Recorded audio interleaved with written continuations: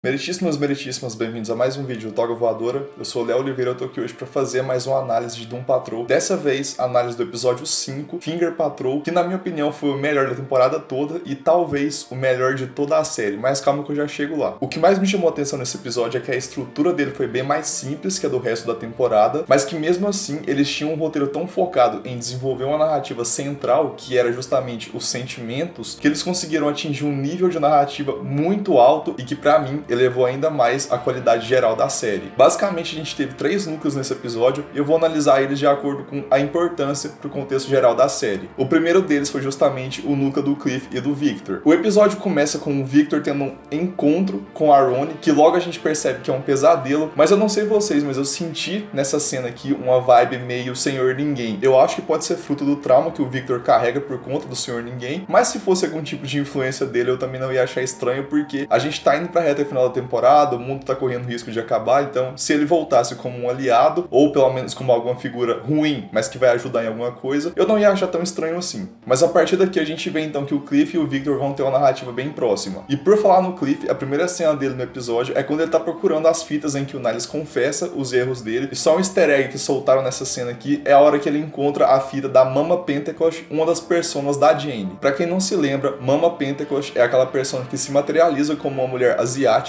e ela já apareceu lá em Jane Patrol e nessa temporada aqui em Pen Patrol. E ela é descrita sempre como uma especialista em solucionar enigmas e criptografia, e realmente o superpoder dela é ser muito inteligente. Mas enfim, enquanto o Cliff tá fuçando os arquivos do Niles, ele acaba encontrando os rascunhos do Homem-Robô 2.0. E são bem estranhos, pra falar a verdade, tem um que tem até patas de aranha. Não sei o que o Niles tá projetando pro Cliff, mas eu não confiaria tanto sim. E logo o Niles chega na sala e revela pro Cliff que quer sim construir um novo corpo pra ele que seja mais próximo do humano, pra que assim ele volte a sentir, uma coisa que é a narrativa central desse episódio. E o Cliff fica bem animado, mas o Niles logo deixa claro que isso pode levar algumas décadas, e é claro que o chefe não tem esse tempo, porque se ele não consegue nem salvar o mundo da própria filha, quem dirá ter tempo pra pesquisar esse segundo corpo pro Cliff? Então a gente tem um diálogo incrível do Cliff e do Victor, em que o Cliff desabafa sobre a sua condição atual, deixando bem claro que à medida que o tempo passa, ele sente menos coisas, e isso faz com que ele se sinta também menos humano. Então esse foi um dos diálogos mais intimistas do personagem até aqui, e pra mim, um dos grandes diálogos que a série propôs até agora sobre a natureza da humanidade. E essa história do Cliff logo comove bastante o Victor, que fica convencido a levar ele até o seu pai, Silas Stone, que construiu justamente o corpo do Cyborg, que tinha sensores táteis bem poderosos, que permitia que mesmo nas partes mecânicas, o Victor continuasse se sentindo um ser humano. O Victor e o Cliff então vão até o Silas, encontram ele caminhando em um parque, e no começo eu até acreditei que o Silas ia ajudar, mas logo a gente vê o quanto ele abomina qualquer criação que venha do Niles, e ele diz que tem uma diferença substancial entre o Cyborg e o Homem-Robô. No caso do Victor, foi um pai salvando seu filho de um acidente e dando para ele componentes mecânicos que permitiriam que ele continuasse levando a sua vida com o maior grau de normalidade possível. Já no caso do Cliff, foi uma verdadeira tentativa de homicídio que o Niles fez com ele, só para conseguir atingir seus objetivos científicos bem nefastos, e é claro que o Silas não aceita ajudar por conta disso, porque aquela cobaia que o Cliff representa é muito errada do ponto de vista ético. Então, mais uma vez, o Cliff tá desamparado. E mais uma vez, a gente tem um momento muito inesperado do Cliff e do Victor conversando sobre seus sentimentos. Por mais que o Cliff não tenha recuperado a sua capacidade de sentir com o corpo, emocionalmente falando, ele desenvolveu bastante nesse episódio, justamente pela amizade que ele tá nutrindo com o Victor. E é claro que a gente teve aquela ótima piada oitentista, Steel and Stone, que seria uma espécie de série que o Cliff projetou, em que ele e o Cyborg seriam parceiros de combate ao crime. E esse foi praticamente o jeito que o Cliff encontrou para deixar claro o quão feliz ele tá com essa possível nova amizade que ele criou com o Victor. E, inclusive, o Cliff dá uns conselhos bem ruins pro Victor pedir desculpa pra Ronnie, porque ele ainda tá tendo aquele bloqueio de ir falar com ela, mas por incrível que pareça, os conselhos funcionam. O Victor segue as dicas do Cliff, encontra a Ronnie, pede desculpa pra ela, e os dois acabam reatando. E é aqui que a Ronnie revela um pouco mais do passado dela. Ela conta um pouco da época que ela foi militar, e ela diz que ela serviu ao Quorum, que é uma agência governamental altamente corrupta e ultra secreta, cujo principal objetivo é criar um exército de meta-humanos. Nesse grupo, a Ronnie teve que cumprir algumas missões bem questionáveis que colocaram em xeque toda a ética que a personagem tem, e para conseguir concluir esses objetivos nefastos, a Ronnie até ganhou algumas melhorias mecânicas, mas assim que ela começou a questionar as ordens e não obter o resultado esperado, ela perdeu as próteses, e por isso que ela tem aquele tanto de cicatrizes no corpo. E quando ela compartilhou esse passado traumático com o Victor, meio que consolidou de vez a relação dos dois, porque agora um passou a confiar muito mais no outro. E enquanto o casal se acertava, lá fora no carro, o Cliff presencia presencia uma tentativa de furto e ele tenta de fato agir como um combatente ao crime, mas dá totalmente errado, ele acaba decepando o dedo de um dos criminosos e daí que vem o título do episódio, Finger Patrol, porque mais uma vez, seguindo aquela tradição básica de Doom Patrol, usa o elemento mais bizarro do episódio para dar o nome de todo o episódio, o que não faz muito sentido em outras séries, mas aqui combina plenamente com toda a bizarrice que é proposta. Mas mesmo terminando em aberto esse arco do Cliff e do Victor, fica óbvio que os dois cresceram bastante como personagens. Do outro lado, um outro arco muito importante é justamente Rita e Larry. Começando pela Rita, a gente vê desde o começo do episódio que ela tá tentando voltar a ser uma estrela de cinema, ela quer provar para si mesma que ela consegue um papel sem precisar da influência negativa da sua mãe, mas é claro que esse bloqueio emocional acaba atrapalhando a atuação dela e ela não consegue nenhum papel no início do episódio. Mas lá pro final do episódio a gente acaba descobrindo que o elenco de uma pequena produção local acabou ficando doente e a Rita acaba ganhando o papel. E no próximo episódio a gente vai de fato ver a Rita voltando a ser uma estrela de cinema, e isso já aconteceu nos quadrinhos lá na fase de origem da equipe. Só que tem uma coisa muito bizarra, que as pessoas que voltam a oferecer uma oportunidade para a Rita ser uma estrela de cinema não fizeram isso justamente pelos dons dela como atriz, e sim porque ela tinha poderes que poderiam ajudar na produção do filme. Aqui na série eu confesso que eu achei bem estranho essa vaga surgir do nada, então se tiver alguém tramando pra cima da Rita, não achem estranhos. Não vou deixar nenhuma teoria aqui, mas eu não confio totalmente nessa produção que a Rita vai participar. Vamos seguindo aqui porque agora a gente vai falar do Larry. Ele e a Rita estão passando por uns traumas bem parecidos, tudo ligado a esse passado traumático das suas famílias, mas dessa vez o Larry tá decidido a encarar de frente o seu passado e ele e a Rita vão até a casa do Gary, o filho falecido do Larry, ajudar Paul, o outro filho que ainda tá vivo, a encaixotar as coisas velhas do seu irmão. E nesse núcleo aqui a gente tem algumas das cenas mais lindas visualmente falando de toda a série, e aliás a fotografia desse episódio e a direção estavam particularmente bonitas, tanto em questão de ângulo quanto em composição de cor também. Eu achei que capricharam bastante, porque esse era um episódio que seria muito importante pro resto da série toda, e de fato foi. E no começo a gente até sente uma vibe meio familiar de que o Larry ia conseguir se reconciliar com sua família, principalmente por aquele diálogo que ele tem com seu bisneto, em que ele pergunta se aquelas ataduras que ele usa no corpo costumam trazer dor, e o Larry diz que naquele momento ele não tá sentindo dor, deixando bem claro, meio que metaforicamente, que essa tentativa de se reaproximar dos seus laços familiares está ajudando o Larry a lidar com a própria dor emocional que ele sente constantemente. Mas é claro que mesmo tentando superar essa sua dor, ele nunca vai conseguir ignorar o fato de que quando a sua família mais precisou, ele não estava ali justamente por medo, por não se aceitar como quem ele era. Não foi o acidente que impediu o Larry de ser um pai melhor, e sim a própria condição dele de não se aceitar, de não assumir quem ele é e de não querer se reatar com a sua família. Ele se escondeu por tanto tempo justamente por ter medo de encarar a verdade. E tem uma pequena cena entre ele e a Rita que fica claro o quanto a personagem evoluiu, porque a Rita não vai ter a chance de se reatar com a sua mãe porque ela já faleceu, mas mesmo assim, essa tentativa de ajudar o Larry a se reatar com seu próprio passado acaba ajudando a Rita a se firmar como uma liderança dentro da patrulha, porque isso faz bem pra ela. Ajudar um amigo, ajudar alguém que conta com ela, faz ela se sentir importante e útil dentro da patrulha. E esse breve momento agridoce logo dá lugar para uma tensão extrema que vem quando a gente descobre o que estava acontecendo naquele lugar. Quando o Larry estava mexendo em umas caixas ali na garagem e encontra o lenço que pertencia ao John, ele revela pro Paul que é gay, então ele teve coragem de finalmente se assumir para sua família abertamente, deixando claro que essa falta de coragem de abraçar quem ele sempre foi o que causou a ruína familiar, foi o que causou o distanciamento do Larry como um pai. E foi então que o Paul deixou claro que ele nunca perdoou seu pai, ele nunca vai aceitar o Larry como essa figura paterna, e a gente descobre que toda aquela situação era uma armadilha, porque o Paul tinha denunciado o Larry pro Boreal da normalidade. Quando os soldados do Boreal chegam no lugar, eles tentam abordar o Larry, mas a gente vê quão evoluído tá o espírito negativo em questão de combate. Ele derrota facilmente a maioria deles, apesar de que alguns tiros são disparados. A gente vê a Rita protegendo o bisneto do Larry, mas ela não consegue impedir que o pai do menino recebesse algumas balas, que aparentemente vão ser letais para ele. Fica claro então que o Larry nunca vai conseguir o perdão da sua família, ele nunca vai poder se reaproximar de uma forma saudável, e então o espírito negativo retira todo mundo dali, entendendo que a única coisa que o Larry pode fazer agora é ir embora, e dessa vez para sempre. E o último arco do episódio, e o mais importante, foi essa amizade desenvolvida entre a Dorothy e a Jane, ou melhor, Baby Doll. A gente começa vendo o Niles tentando fazer uma terapia com a Jane, assim como eles faziam antigamente, mas é claro que a verdade sobre os erros do Niles acaba impedindo qualquer tentativa de aproximação dele, e a Jane conta que o soro inibidor que o Joshua entregou para ela tá acabando, e o Niles no primeiro momento teme que isso possa causar alguma abstinência que vá desbalancear todo o subsolo. Ainda mais porque a Jane se culpa bastante por ter tentado abrir mão do seu posto de primária e não ser uma boa persona para proteger a Kay. E quando o Niles tem a ideia de mapear novamente o subsolo subsolo para tentar entender melhor as necessidades de cada persona, a Baby Doll acaba assumindo como a persona primária dessa vez, pelo menos temporariamente. E nesse ponto aqui a gente tem que parar para elogiar a atuação da Diane Guerreiro como Crazy Jane, especialmente como Baby Doll, porque ela convence muito como uma criança de 5 anos de idade. Essa atriz é sensacional e de longe ela tem a melhor atuação da série inteira. E o Niles tem a brilhante ideia então de apresentar a Baby Doll, a Dorothy, porque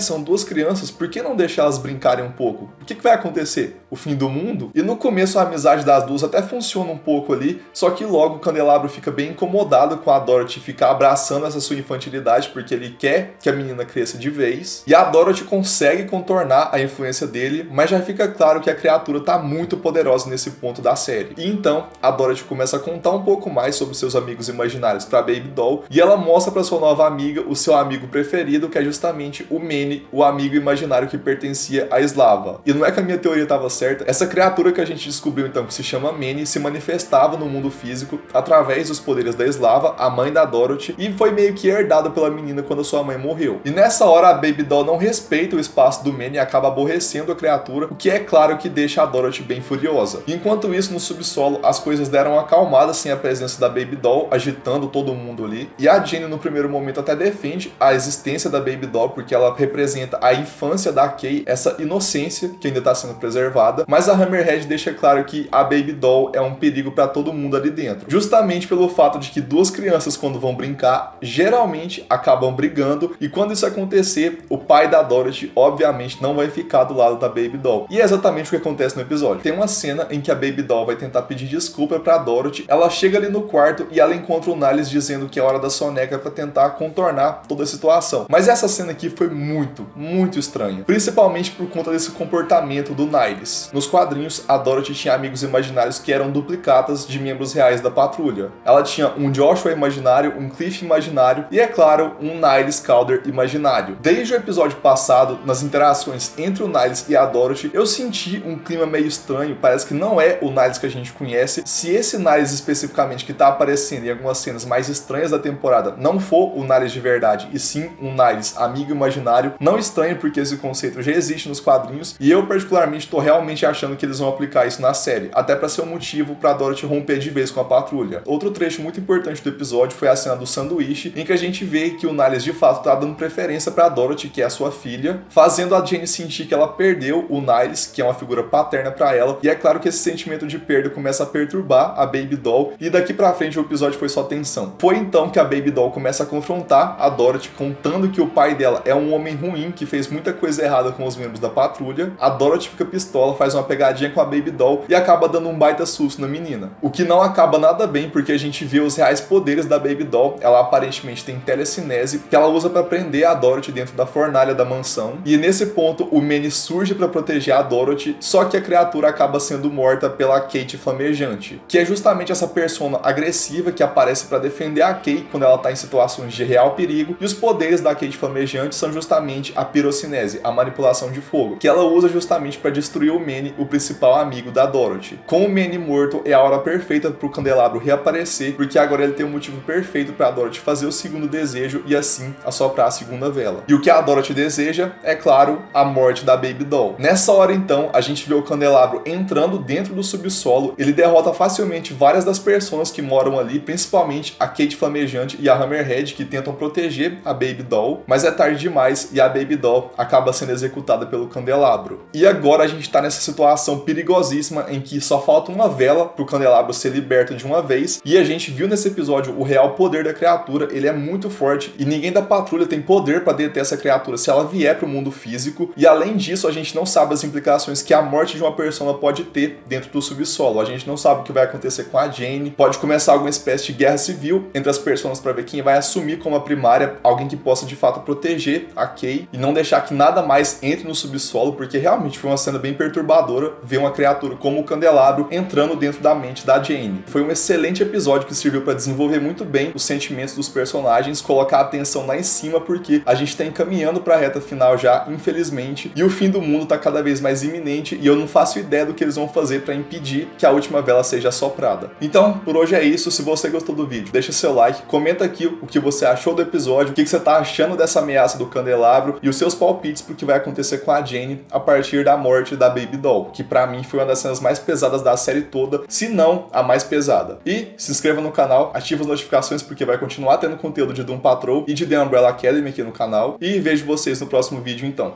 Tchau!